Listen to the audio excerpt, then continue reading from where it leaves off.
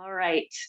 Well, to begin, I would like to first take a moment to truthfully acknowledge our site's history and present experiences. So it is important for us to recognize the beginnings of this place and to acknowledge that the history of our site does not begin with Europeans. So the town of Ridgefield exists on the ancestral homelands of the Ramapo, Munsee Lenape, and Wishpaiskeg people. And they were the original stewards of this land on which the Keeler Tavern Museum and History Center stands today. And we thank them for their strength and their resilience in stewarding this land. And we hope to continue their legacy of protecting this site and its history. So thank you for that. And then now I'm going to start my PowerPoint. And tonight, we're going to talk a little bit about Sybil Ludington and her story, but beyond that, we're actually going to talk more about how her story has been passed down through time and how we have perceived her story and why it's so intriguing to Americans, because she is a fascinating character. So Sybil Ludington, the making of an American heroine. So just a quick overview of tonight's presentation. We'll talk about who Sybil was, why we're talking about her tonight, preceding our commemoration of the Battle of Ridgefield. We'll spend a little bit of time talking about fact or fiction within her story. And then what I want to talk about really is how and why Sybil's story spreads and how we as Americans often use revolutionary heroes to help us define ourselves. And then we'll end talking about Sybil's enduring legacy. And Abigail will tell us a little bit about how she's still a fascinating character that has captured American imaginations today. So just over 2 years after the shot heard round the world at Northbridge in Concord, Massachusetts, kicked off the Revolutionary War, a nearly identical engagement took place, this time in Fairfield County, Connecticut. Again, British intelligence had discovered the location of hidden Patriot supplies and munitions, and redcoats were sent to destroy them. Again, American militia, mere farmers, but supporters of the cause, greatly outnumbered, turned out to defend their land and chase the British soldiers back from whence they came. And once again, as in Lexington and Concord, those militiamen were called to arms by a messenger who had ridden through the night, raising the alarm. So Lexington and Concord had a middle-aged silversmith named Paul Revere, while Danbury and Ridgefield had a teenager named Sybil Ludington.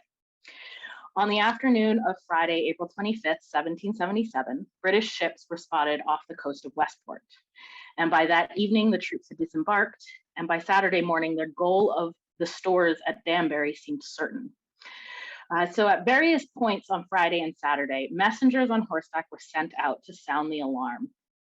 So one messenger was sent to New Haven to alert Major General David Worcester of the Connecticut State Militia. One was sent to Fairfield to alert Major General Selleck Silliman of the Fairfield Militia. And a third was sent to Fredericksburg, New York, to alert Colonel Henry Ludington of the Dutchess County Militia. Now, by Saturday afternoon, the British troops had reached Danbury and set about ransacking the town, finding and destroying American supplies that were hidden there, and setting the town ablaze.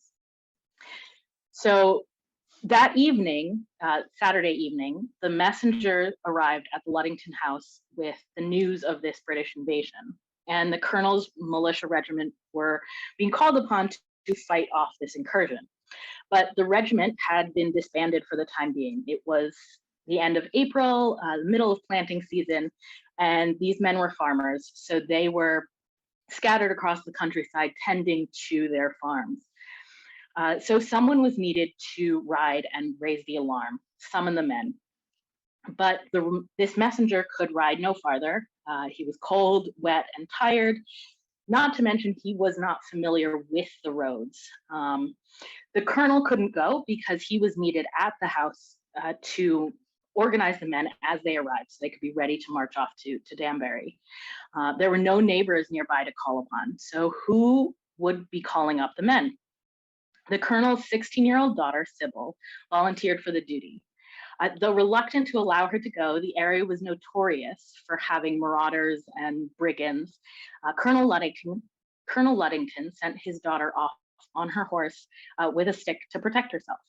Sybil rode through the dark, moonless night through freezing rain, waking her father's men and sounding the alarm. "The redcoats are burning Danbury," she shouted. So she rode 40 miles through the night from as far south as Carmel and Mayapack to as far north as Cold Spring. And by daybreak, the 400-man regiment was mustered at the Ludington home and was headed off to Ridgefield, where they would aid General Benedict Arnold and his militia forces. Although the Americans were unable to stop the British entirely, they harassed the redcoats all the way down the road as they retreated to their ships. And it is said that the commander-in-chief, George Washington himself, either sent her a letter or even visited the Ludington household to personally congratulate Sybil on her courageous ride. So who exactly was this courageous girl who risked her life for the American cause? So Sybil Ludington was born April 5th, 1761 in Connecticut, likely Branford. And she was the eldest of 12 children born to Henry Ludington and his wife, Abigail. So Henry Ludington, you can see here, was a distinguished veteran of the Canadian campaign in the French and Indian Wars and was rewarded for his service with a commission in the British Army, the British Colonial Army. But he would resign this commission after the passage of the Stamp Act in 1765. In 1773, he received a new commission as a captain, this time from William Tryon, who was the provincial governor of New York, and he would later be the villain in the Battle of Ridgefield. But Ludington would resign this commission at the start of the Revolutionary War, just 2 years later.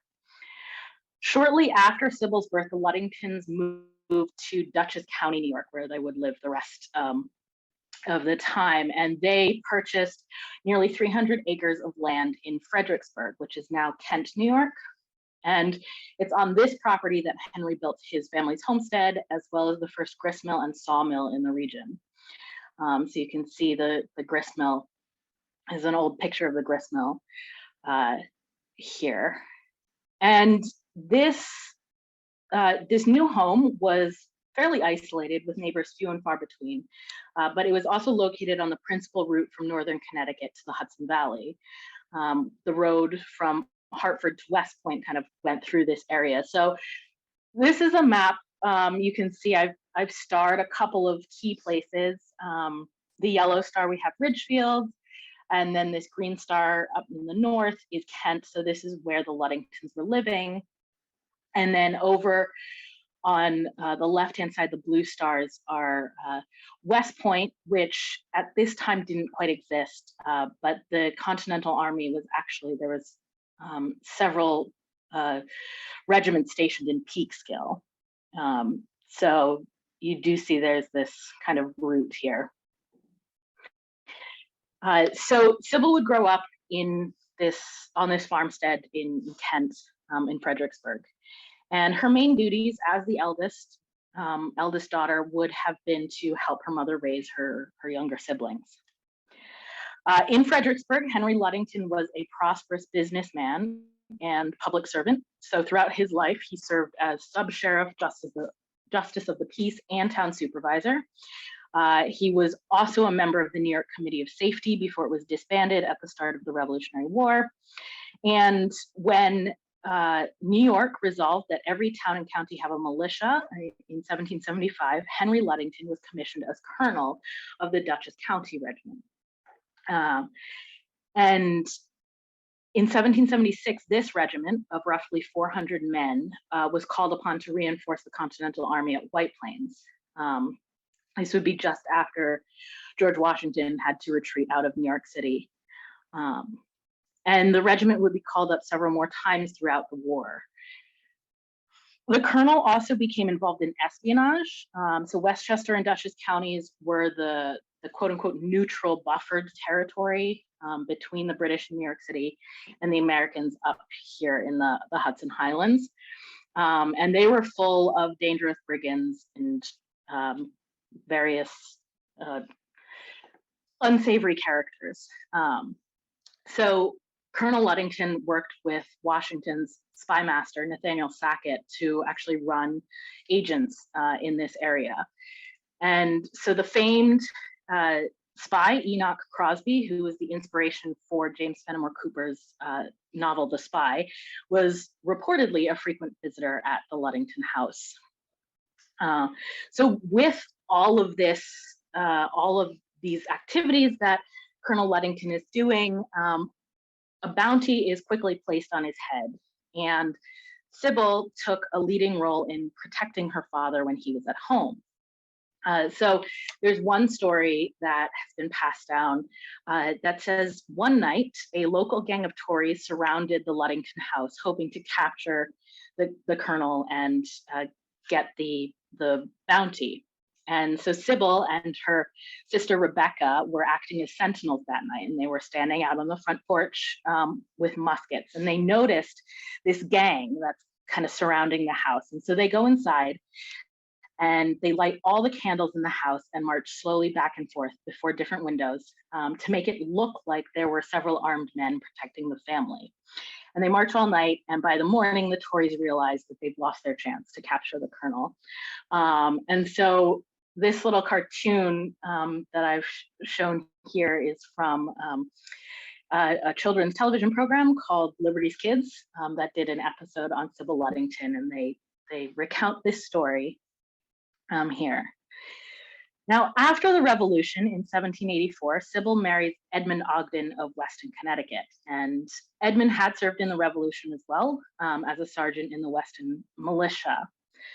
For a time after their wedding, the Ogdens lived in Fredericksburg on land purchased from Sybil's father. And then in 1786, their only child, Henry, was born.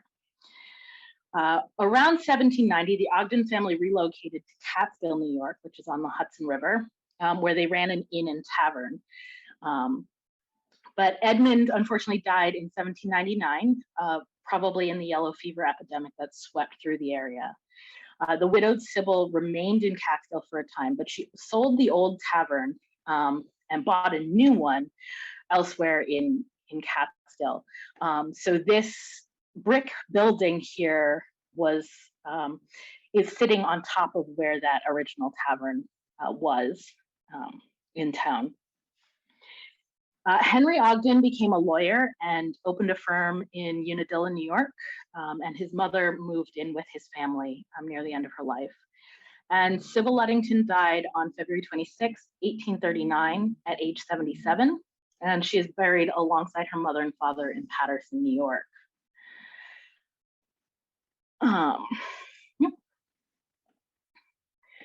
So there's only one hitch with this story that I've just told you. There are no contemporary sources that give the details, or in fact, any mention of the Midnight Ride at all from the time of the Revolution. So the first written reference to Sybils Ride is in a letter that was written by her nephew, Charles Ludington, in 1854. And then the first kind of public mention of the ride isn't until 1880. With a single sentence in Martha Lamb's History of the City of New York. About 30 years after that, we get a few more references, but it isn't until the 1930s that Sybil's story really takes off. Now, this gap in time between the events happening during the Revolution and when it becomes public or widespread knowledge is not unique to Sybil. Paul Revere's own Midnight Ride didn't spread much beyond the Boston area until Longfellow published his famous poem in 1861. And Betsy Ross is another figure that was not known until her descendants told her story in the 1850s. Now, there have also been doubts and questions raised about many of these types of stories of revolutionary heroes, and some of them have been debunked either wholly or in part. But tonight, I'm not really planning on debunking or confirming any of Sybil's story. Instead, what I do want to explore is how and why Sybil's story captured American imagination, both in the past and still today.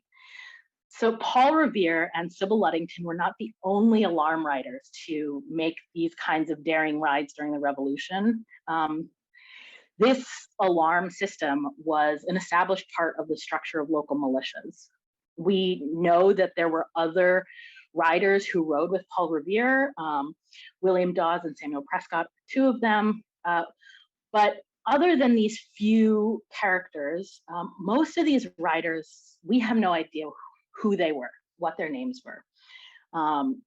So Paul Revere's ride became famous partly because he was already a well-known figure in the Boston area, but also because Lexington and Concord was the first armed engagement in the Revolutionary War. But my question is, why Sybil? Why was her story, why did her story of all of these stories get spread? Ridgefield was not Lexington and Concord, and I'm sure there were other teenagers and perhaps even other women who made such alarm rides. So what was it about Sybil's story or the timing of the tellings of her story that made it so intriguing? Now, I literally just said I wasn't going to debunk Sybil's story tonight, and I'm not, but I do want to address one thing, which is Sybils Portrait. So these two images are ones that are often used in mostly informal retellings of Sybil's story. I see them a lot in blog posts and social media and things like that about Sybil. And sometimes there's a caption identifying them as Sybil Ludington. Sometimes there's no caption at all, but neither of these women are Sybil. So the painted portrait on the left is actually Eliza Pinckney, and the photograph on the right is Henrietta Swan Leavitt. And the reason I wanted to just bring this up was because both of these women are very interesting. They made great contributions to American history in their own right. So I do want to kind of make sure that they're properly identified as well. Unfortunately, we do not have any image of Sybil Ludington from her lifetime.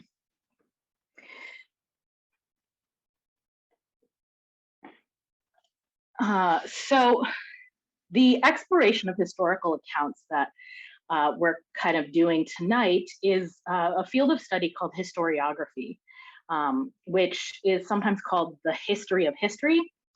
So what that means is that when we do history, whether it's formally in academia or in a museum or informally, just telling each other stories, we're not reciting just facts. We're interpreting various accounts of the past. And we choose what parts to include and what not to include, who we want to highlight and who we kind of keep in the shadows. And so historiography provides a way for us to explore those different interpretations throughout time and consider how time, place, and culture influence the types of events and the types of people that are included in these historical accounts. So in the nearly 250 years since the revolution began, the revolution itself and its players, the founding fathers, the various figures in the revolution have been interpreted and reinterpreted in many different ways. Sometimes the founding fathers are virtuous everymen who are valiantly winning independence from the corrupt British. Sometimes they are stuck-up, rich, elite aristocrats, and it's the lowly foot soldiers who are in a popular uprising against the local aristocracy. And because the revolution was kind of our nation's founding event, its ideals and motivations are often used to define what it means to be an American. And so revolutionary figures are held up as heroes and exemplars of Americanness. And then as interpretations change throughout time, some heroes are recast as villains and others are raised up to take their place.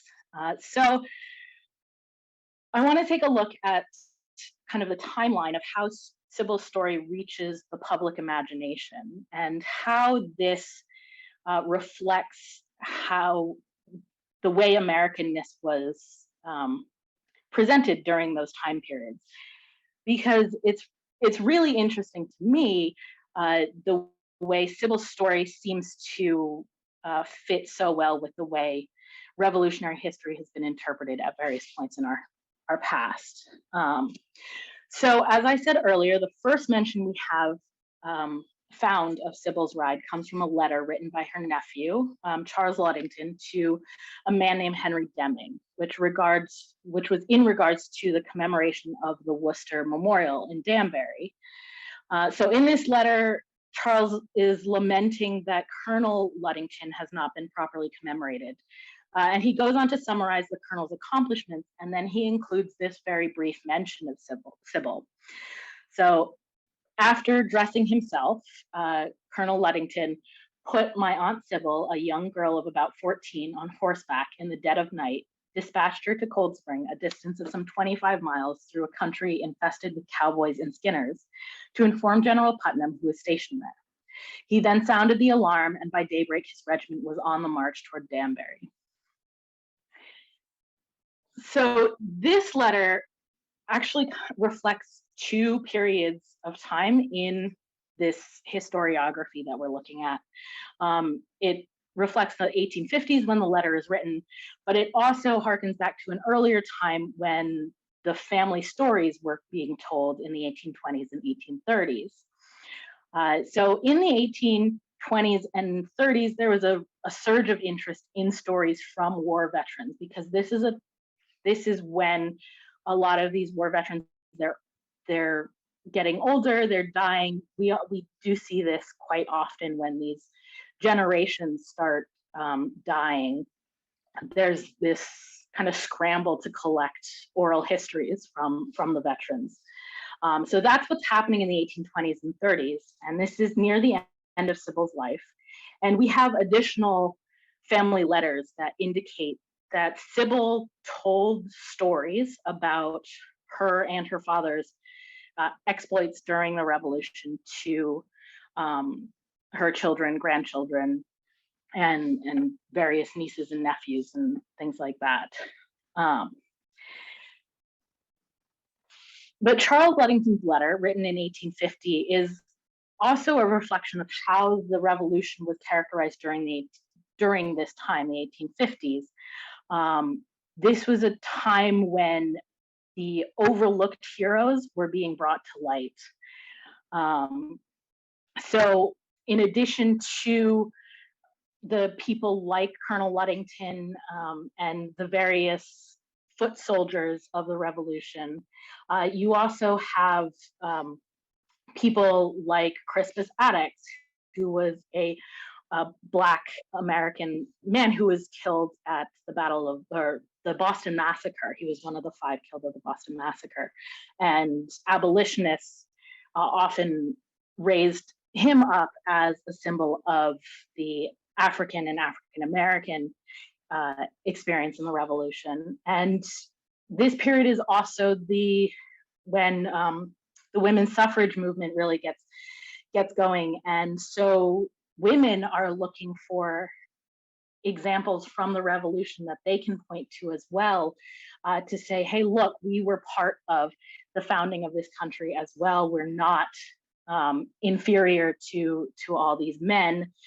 So people like Abigail Adams, Mercy Otis Warren, Deborah Sampson, and even Sybil Ludington. So then the next mention of Sybils Ride is not for another nearly 30 years. And this is our first published account, which is from 1880. And it's just a brief mention in this sweeping history called The History of the City of New York. And 1880, it's just a few years after the centennial celebrations. And around this time, there were a lot of these kind of comprehensive histories published. And the centennial, it fell within a period of industrial growth and post-Civil War economic success for some people. And for those people tended to be the ones who were shaping and defining Americanness in politics and society. So the centennial became a time to celebrate America's achievements and progress. And so you see a lot of these types of big, comprehensive histories where stories like Sybils and these undertold stories kind of get included. But at the same time, America saw a dramatic rise in the number of immigrants to our shores. And these immigrants were trying to define themselves as new Americans. And so they looked to their own Revolutionary War heroes. So you have people like von Steuben from Germany, or Pulaski and Kosciuszko, who were Polish.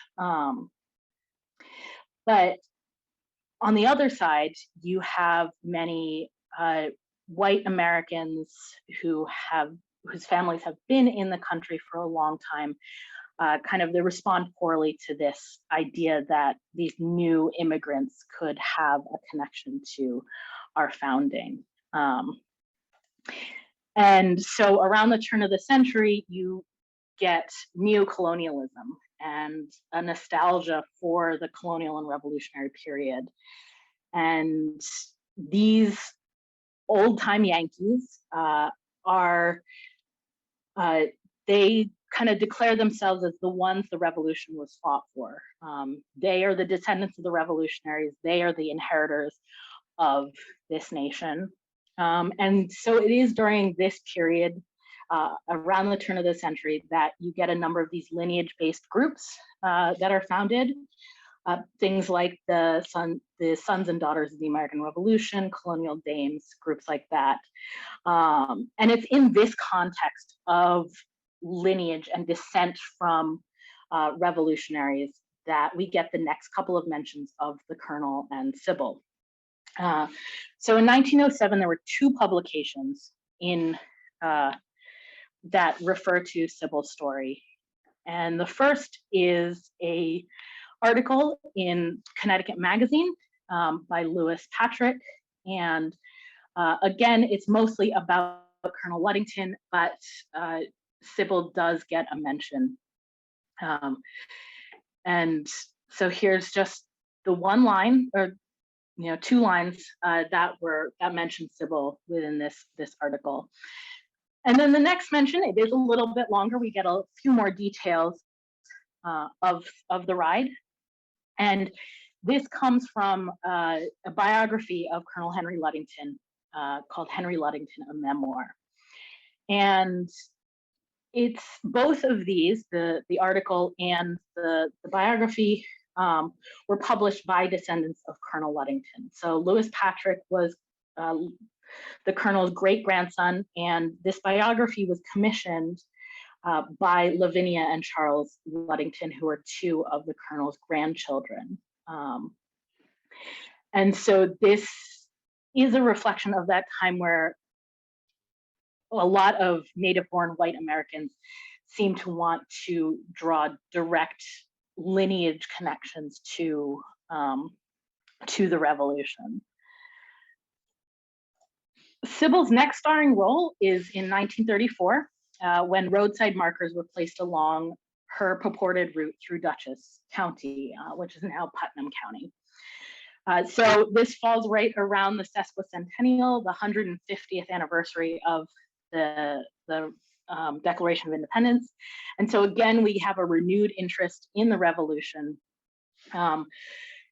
And so New York State actually apportioned state money to create and erect these historical markers along the roadside.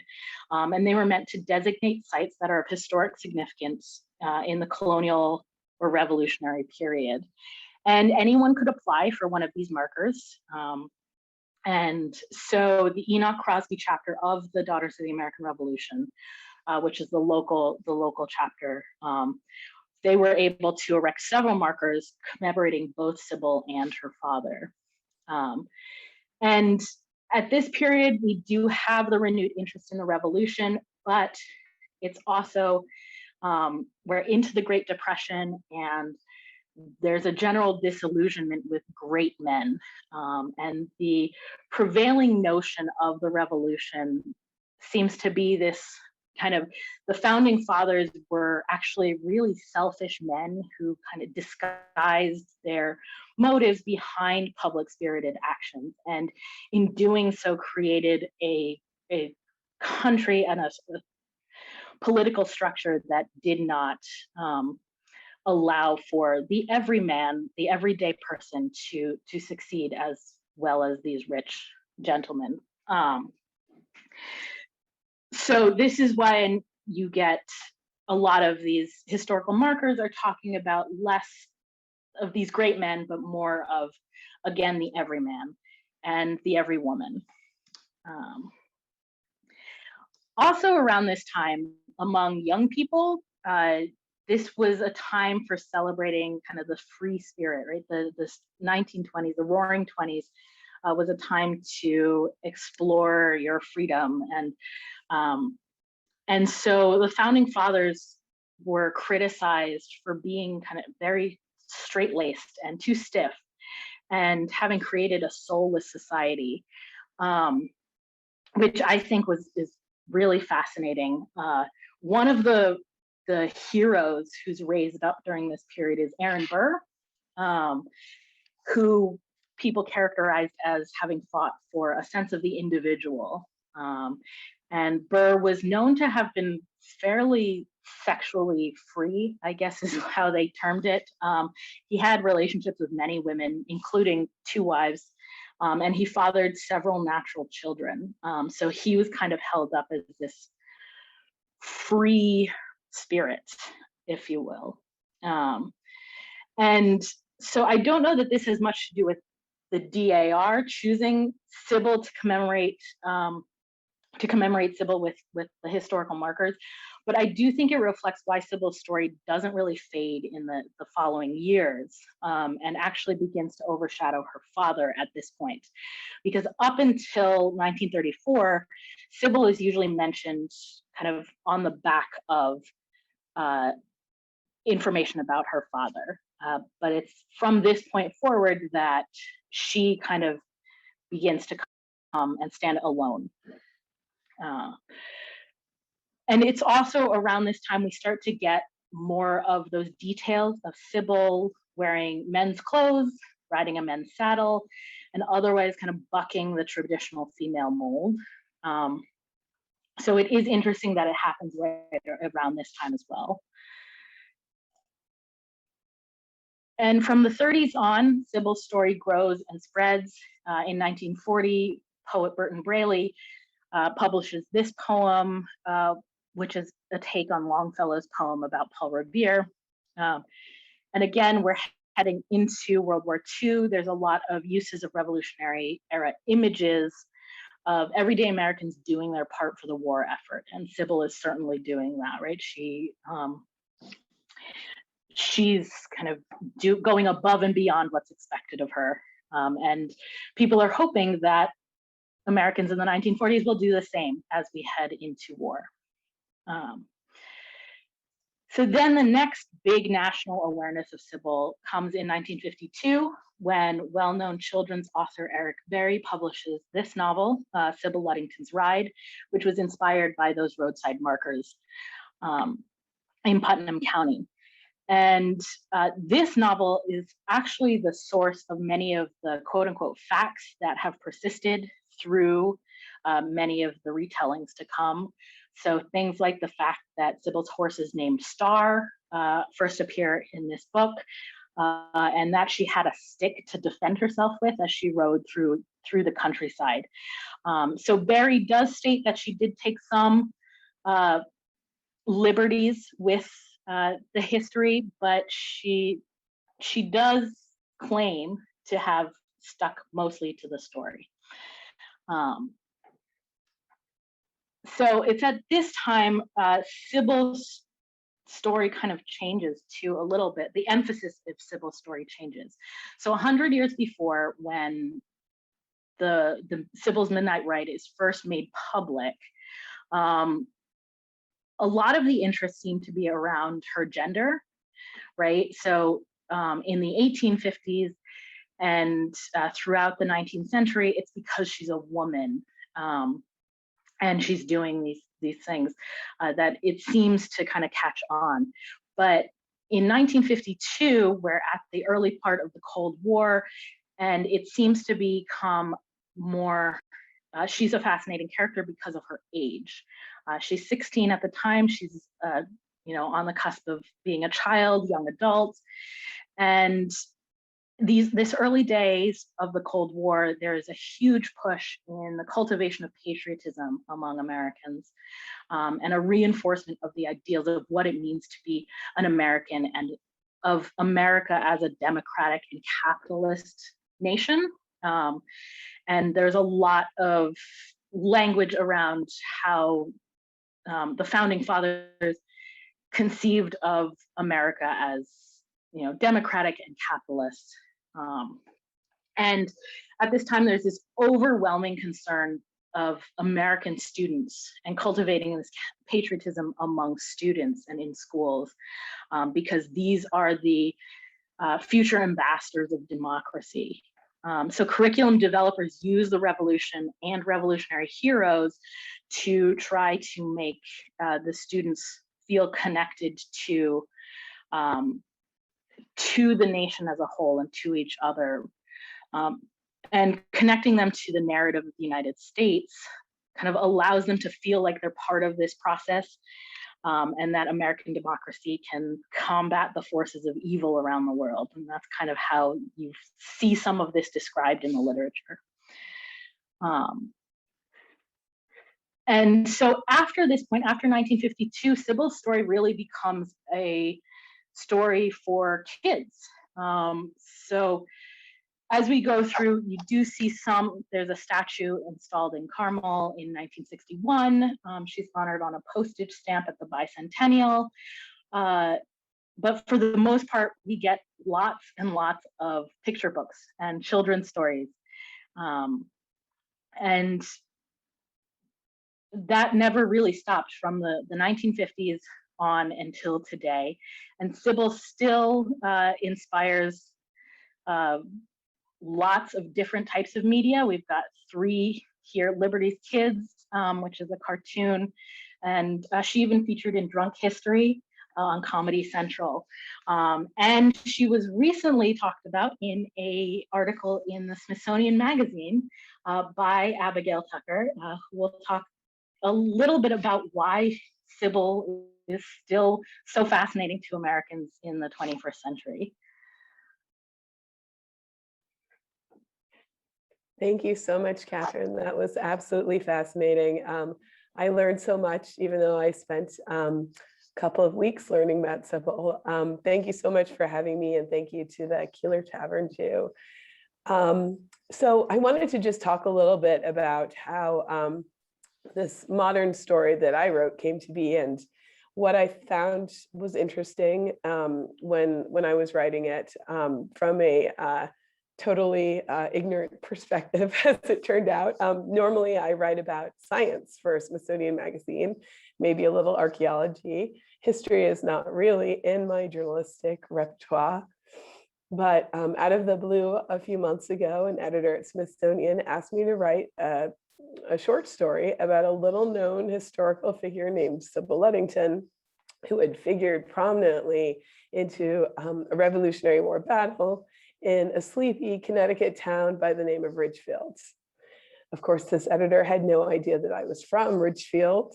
He did not know that I had grown up going on school field trips to admire the cannonball lodged in the site of the Keeler Tavern, or that my sister and I had had our wedding events at the Keeler. He didn't know my mom was a longtime docent at the museum with a historically appropriate outfit to match. And that my mom had even given my kids a children's book called Sybil Ludington's Midnight Ride.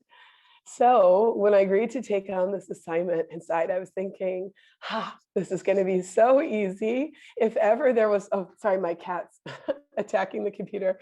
If ever there was a history story for me to write, this is the one.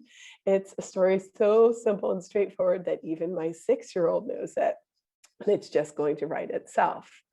But it didn't take me long to discover some of these pesky details that Catherine has laid out for us here, that there is a lot more to Sybil Ludington than meets the eye.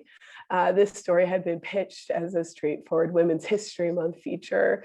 I was going to, by looking at the latest Sybil Ludington scholarship, just sort of be updating the details of her route, kind of like, oh, she hung a left here and doubled back there, or filling in some of the little blanks in her biography. Nobody at the magazine really had any inkling that Sybil Ludington's story was publicly contested by history buffs, with some calling it a tall tale at best. And in fact, the Daughters of the American Revolution, who did so much to glorify Sybil in the 30s through the 60s today, has really kind of walked back from that perspective. And they, on their website, they have something like, they admire the spirit of her story, but the facts are a little bit hard to pin down. So even they, who have the statue of Sybil in their museum, aren't totally married to the narrative at this point.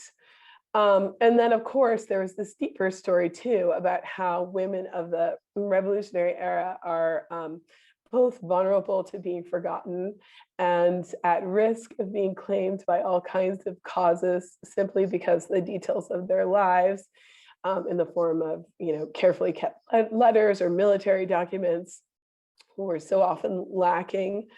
Sybil didn't even really have a clear method of spelling her own name. It sort of comes up spelled in different ways in the different documents that she left throughout her life, including on her gravestone.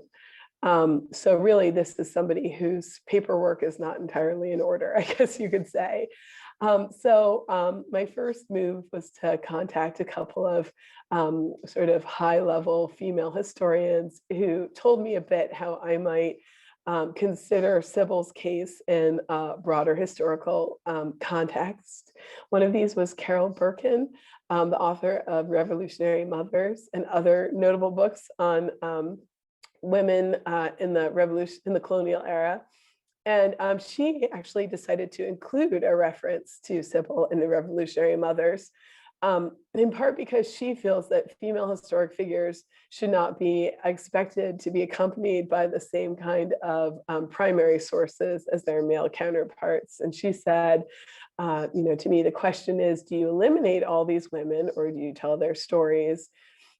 And she said that sometimes she chooses to give more weight to oral histories and family lore in order to include women's accounts as sort of a challenge to the assumption that women are passive observers of history and as a tribute to their obvious contributions to the war effort, especially in a war like the Revolutionary War, which is fought in their backyards, essentially. So then my next call was to the Harvard history professor emeritus Laurel Thatcher Ulrich, who on the other hand kind of made this other case that female folk heroes like Sybil, and the name of Betsy Ross also was raised, can sometimes distract from the tangible truths of colonial era women's lives, which Laurel Thatcher Ulrich details in Good Wives and her other important books. Professor Ulrich also made the interesting prediction to me that every state in America has its equivalent of a Sybil. And in fact, since this story was published in Smithsonian, I have gotten emails from a few Southern historians saying, well, have you heard the story of, Mary Jones, a sort of indigenous folk hero who's important to them, but we haven't necessarily heard of. Laurel Thatcher Ulrich said that the more interesting piece of this puzzle was a lot more along the lines of what Catherine has been telling us. It's important to think about who suddenly remembered Sybil and her many sisters strewn throughout the country, and why. And it happens that as Catherine mentioned, that America's search for new heroes sometimes happens at fraught moments. In Sybils' case in the late 1800s during the colonial revival period, which was a time of legitimate patriotism, but also a moment when these old American families were trying to establish their Revolutionary War bona fides as a way of distancing themselves from these waves of poor immigrants who were the newcomers. And so she kind of made the case that rather than paying attention to these glamorous and hard to prove stories, it's important for modern historians to stick with primary documents like diaries and household records to get at the truth of women's most fundamental contributions in the Revolutionary era. So these two academic perspectives, one deliberately inclusive and the other a little bit more exacting, seem to sort of balance each other out. But then I started talking to this third historian named Vincent de Quino, who is a local historian from Mahopac, New York, who had a much more personal relationship with Sybil, and he's written a couple of books about her. In his latest book called Patriot Hero of the Hudson Valley, The Life and Ride of Sybil Ludington, he sort of seemed to combine the ideals of both of these historians who were kind of giving Sybil's story the eagle's eye view without knowing all the details themselves. He talked a little bit about some of these emerging details about Sybil's midnight ride. This letter from the 1850s from Sybil's own nephew that was describing the night. That's not a primary source. It's not, but it's also not totally, it's not as far-fetched as saying this is just a rumor. And I thought this was interesting, Catherine.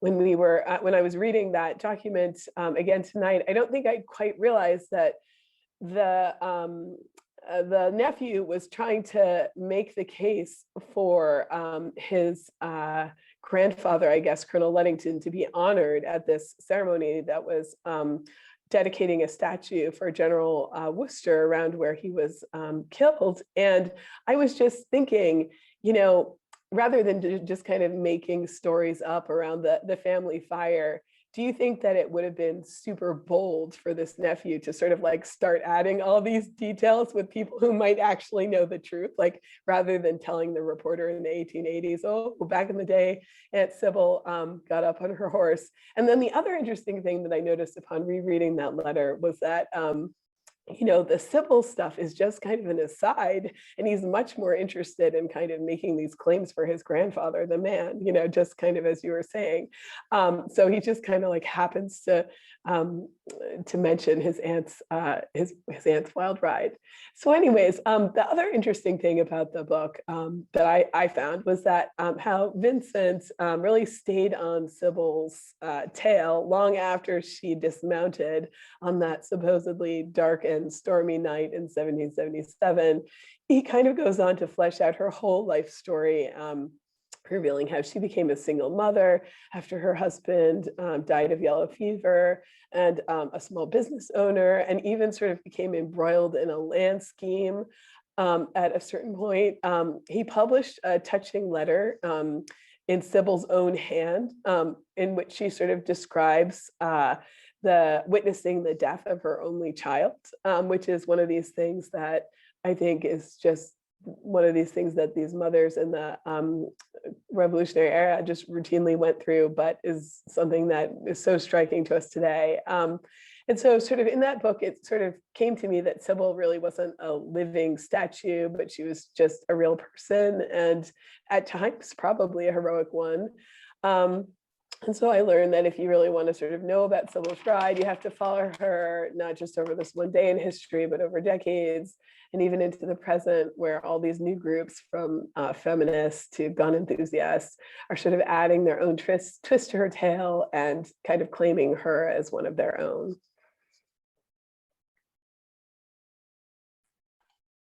So yeah, that was kind of some of the things that I just do think it's fascinating how her story has just continues to kind of snowball. And I guess I hadn't thought before, but Catherine, you're so right that in the beginning, she was a footnote to Colonel Ludington, but now hardly anybody has heard of Colonel Ludington. Everyone's heard of Sybil.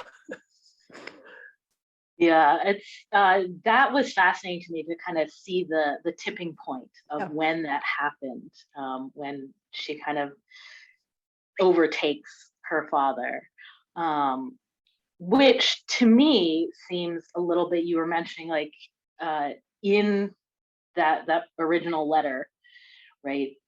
If he's Charles Ludington is advocating for his grandfather's inclusion in this, so to include Sybil in that is, it seems to me like this was a story that was just very much part of his family's like lore, and perhaps at the time he wasn't really thinking about how her as a woman, her a hero in her own right, is because he's really advocating for his grandfather, which lends a little bit more credence in my mind to Sybil, having happened, right? Because he doesn't seem to have that agenda for Sybil herself. Exactly. Yeah, I was just kind of imagining if I was telling a story to somebody about one of my aunts and just tried to kind of pass off the fact that they'd one day mounted up a steed side saddle and rode through the night. And, it doesn't just roll off the tongue. Like, it does feel like there's sort of something, a kernel of something. And well, I guess we probably will not ever know. But like you say, her power does not derive any longer from the details of her story. It's really about kind of her progression through history. Yeah, and I think because the details are fairly scarce, you do see a lot of these different groups being able to latch on to her, right? And I think that's part of her enduring legacy and the reason she hasn't disappeared back into the annals of history. Exactly, because not only was she a woman, but she was a very young woman. And I also, I do think that's part of her commercial appeal. It's nice to have a picture book with a cute young woman in it. But I think the fact that she was so young meant that her, paper trail was even shorter at that time, and in a way easier to kind of appropriate.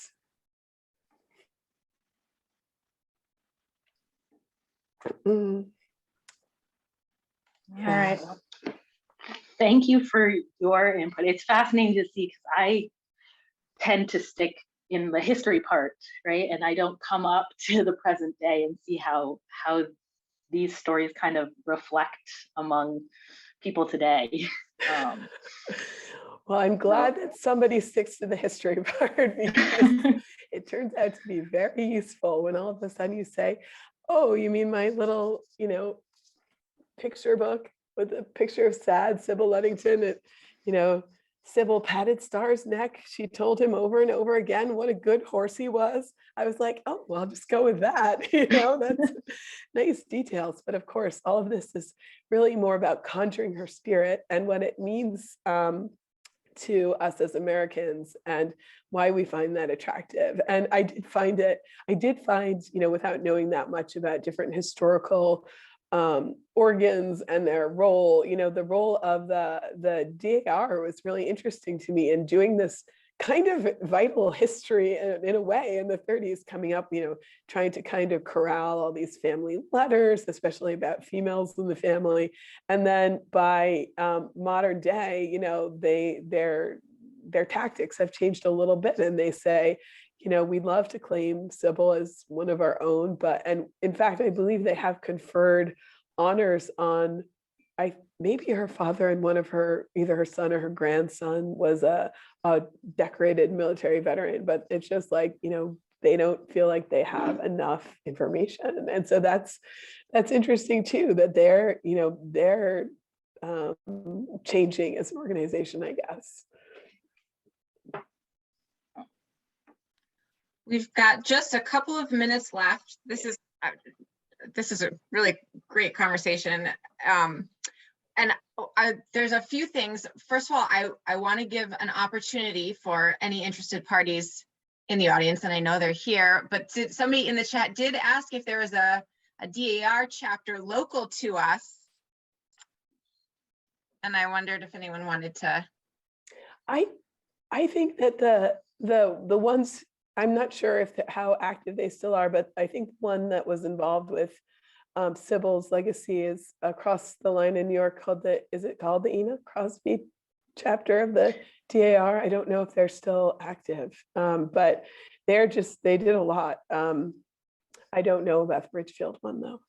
Yeah, so so the Ena Crosby chapter is still active. They're over in Putnam County, but there is a brand new local Ridgefield chapter of the DAR. So, and I know we do have some representatives. Sarah just came off of mute. Go ahead, Sarah. Hi, everybody. Yes, in December, the National Society basically recognized Ridgefield chapter. We've never had our own chapter before. Oh, wow. Yeah, so we're the newest one in Connecticut and probably one of the newest in the country. The chapter's name is Cannon Ridge, and we have 25 members, and we're always looking for more, and happy to help anybody who thinks they might have a Patriot ancestor. We don't have a website yet, but we do have an email, and it's Cannon Ridge NSDAR, National Society of Daughters of American Revolution. So Cannon Ridge NSDAR @gmail.com. So if anybody's interested in finding out what we're up to, send us an email and we'll get back to you. Excellent. And you'll also be at our Battle of Ridgefield reenactment weekend, right, Sarah? Yes, we will. Yes, excellent.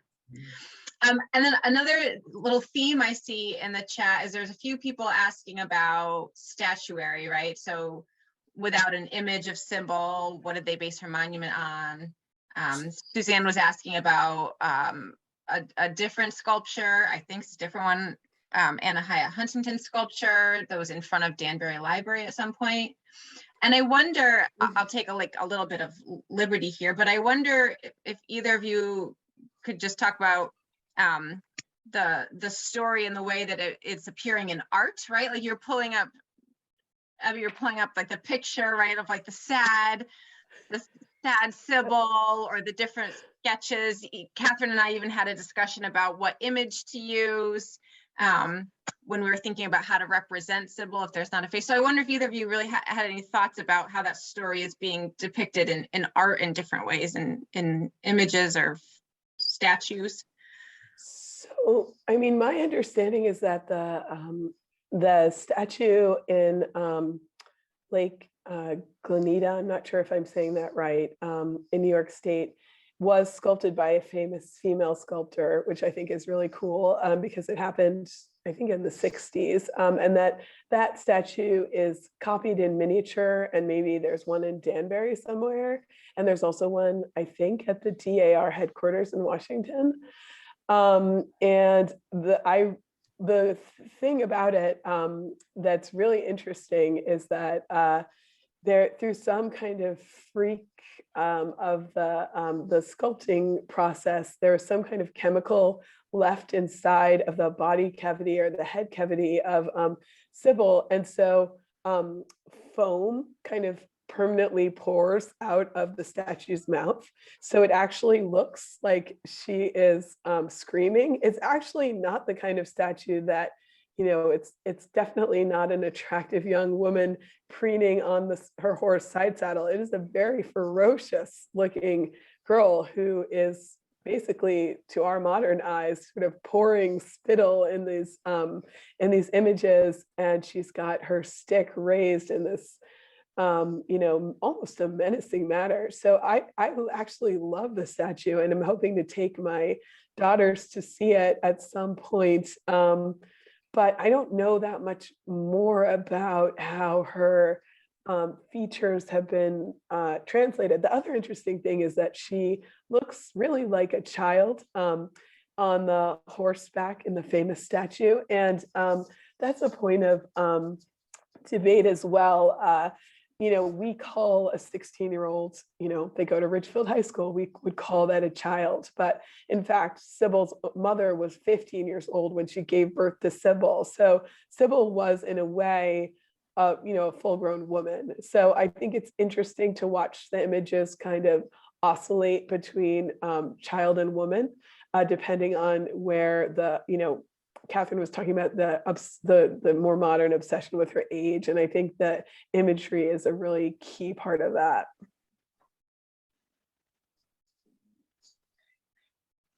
Yeah, I do think so. Abigail, you're correct that there's the main statue in Carmel on the lake there. And then I do believe outside of Danbury Library is where there's a miniature. And then also in the DAR museum. I do remember reading there was like some, when the DAR kind of walked back their support of Sybil's story, there was questions about, do we take the statue out of the museum or not?